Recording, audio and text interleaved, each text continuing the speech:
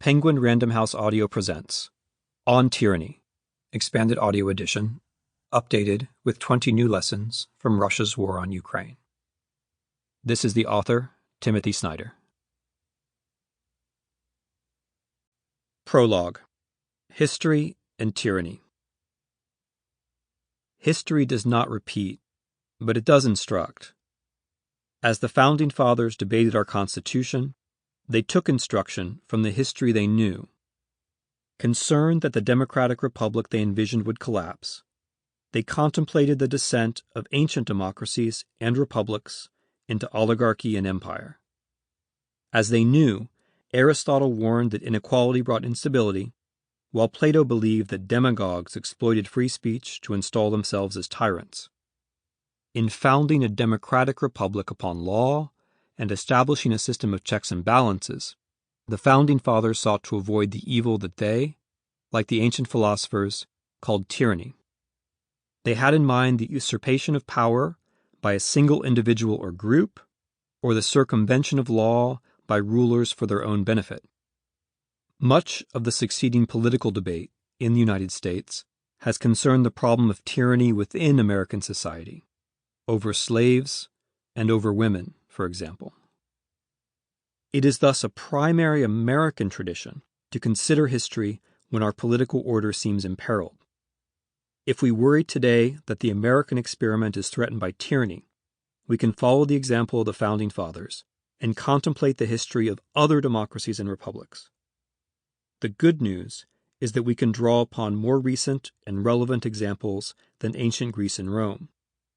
The bad news is that the history of modern democracy is also one of decline and fall. Since the American colonies declared their independence from a British monarchy that the founders deemed tyrannical, European history has seen three major democratic moments: after the First World War in 1918, after the Second World War in 1945, and after the end of communism in 1989. Many of the democracies founded at these junctures failed, in circumstances that, in some important respects, resemble our own. History can familiarize and it can warn. In the late 19th century, just as in the late 20th century, the expansion of global trade generated expectations of progress. In the early 20th century, as in the early 21st, these hopes were challenged by new visions of mass politics, in which a leader or a party claimed to directly represent the will of the people. European democracies collapsed into right-wing authoritarianism and fascism in the 1920s and 1930s. The Communist Soviet Union, established in 1922, extended its model into Europe in the 1940s.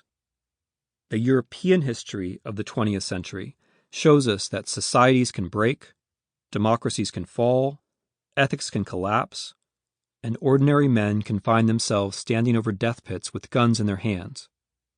It would serve us well today to understand why. Both fascism and communism were responses to globalization, to the real and perceived inequalities it created, and the apparent helplessness of the democracies in addressing them. Fascists rejected reason in the name of will, denying objective truth in favor of a glorious myth articulated by leaders who claimed to give voice to the people. They put a face on globalization, arguing that its complex challenges were the result of a conspiracy against the nation. Fascists ruled for a decade or two, leaving behind an intact intellectual legacy that grows more relevant by the day. Communists ruled for longer, for nearly 7 decades in the Soviet Union, and more than 4 decades in much of Eastern Europe. They proposed rule by a disciplined party elite with a monopoly on reason that would guide society towards a certain future according to supposedly fixed laws of history. We might be tempted to think that our democratic heritage automatically protects us from such threats. This is a misguided reflex. In fact, the precedent set by the founders demands that we examine history to understand the deep sources of tyranny and to consider the proper responses to it. Americans today are no wiser than the Europeans who saw democracy yield to fascism, Nazism, or communism in the 20th century. Our one advantage is that we might learn from their experience. Now is a good time to do so. This book presents 20 lessons from the 20th century, adapted to the circumstances of today. Lesson 1. Do not obey in advance. Most of the power of authoritarianism is freely given. In times like these, individuals think ahead about what a more repressive government will want and then offer themselves without being asked. A citizen who adapts in this way is teaching power what it can do. Anticipatory obedience is a political tragedy. Perhaps rulers did not initially know that citizens were willing to compromise this value or that principle.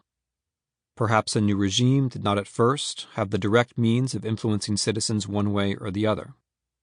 After the German elections of 1932, which permitted Adolf Hitler to form a government, or the Czechoslovak elections of 1946, when communists were victorious, the next crucial step was anticipatory obedience. Because enough people in both cases voluntarily extended their services to the new leaders, Nazis and communists alike realized they could move quickly towards a full regime change. The first heedless acts of conformity could not then be reversed. In early 1938, Adolf Hitler, by then securely in power in Germany, was threatening to annex neighboring Austria. After the Austrian Chancellor conceded, it was the Austrians' anticipatory obedience that decided the fate of Austrian Jews. Local Austrian Nazis captured Jews and forced them to scrub the streets to remove symbols of independent Austria. Crucially, people who were not Nazis looked on with interest and amusement. Nazis who had kept lists of Jewish property stole what they could. Crucially, others who were not Nazis joined in the theft. As the political theorist Hannah Arendt remembered, when German troops invaded the country and Gentile neighbors started riots at Jewish homes, Austrian Jews began to commit suicide. The anticipatory obedience of Austrians in March 1938 taught the high Nazi leadership what was possible. It was in Vienna that August that Adolf Eichmann established the Central Office for Jewish Immigration. In November 1938, following the Austrian example of March, German Nazis organized a national pogrom known as Kristallnacht. In 1941, when Germany invaded the Soviet Union, the SS took the initiative to devise the methods of mass killing without explicit orders to do so. They guessed what their superiors wanted and demonstrated what was possible. It was far more than Hitler had thought. At the very beginning, anticipatory obedience means adapting instinctively, without reflecting, to a new situation.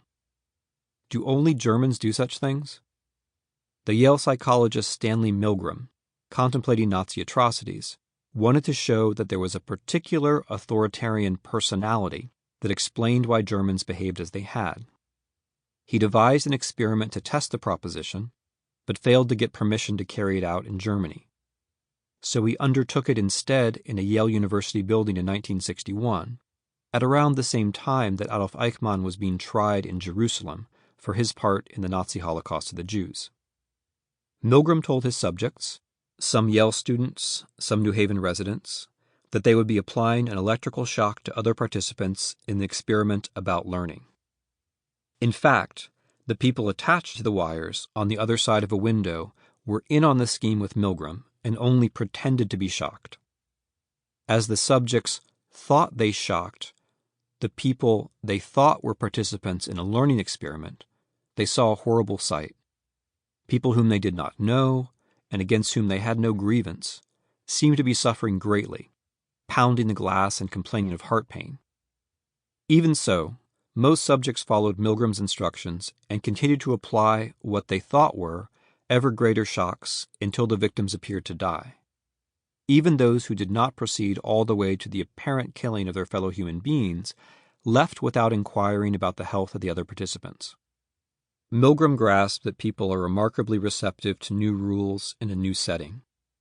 They are surprisingly willing to harm and kill others in the service of some new purpose if they are so instructed by a new authority. I found so much obedience, Milgram remembered, that I hardly saw the need for taking the experiment to Germany. Lesson 2. Defend institutions. It is institutions that help us to preserve decency. They need our help as well. Sample complete. Ready to continue?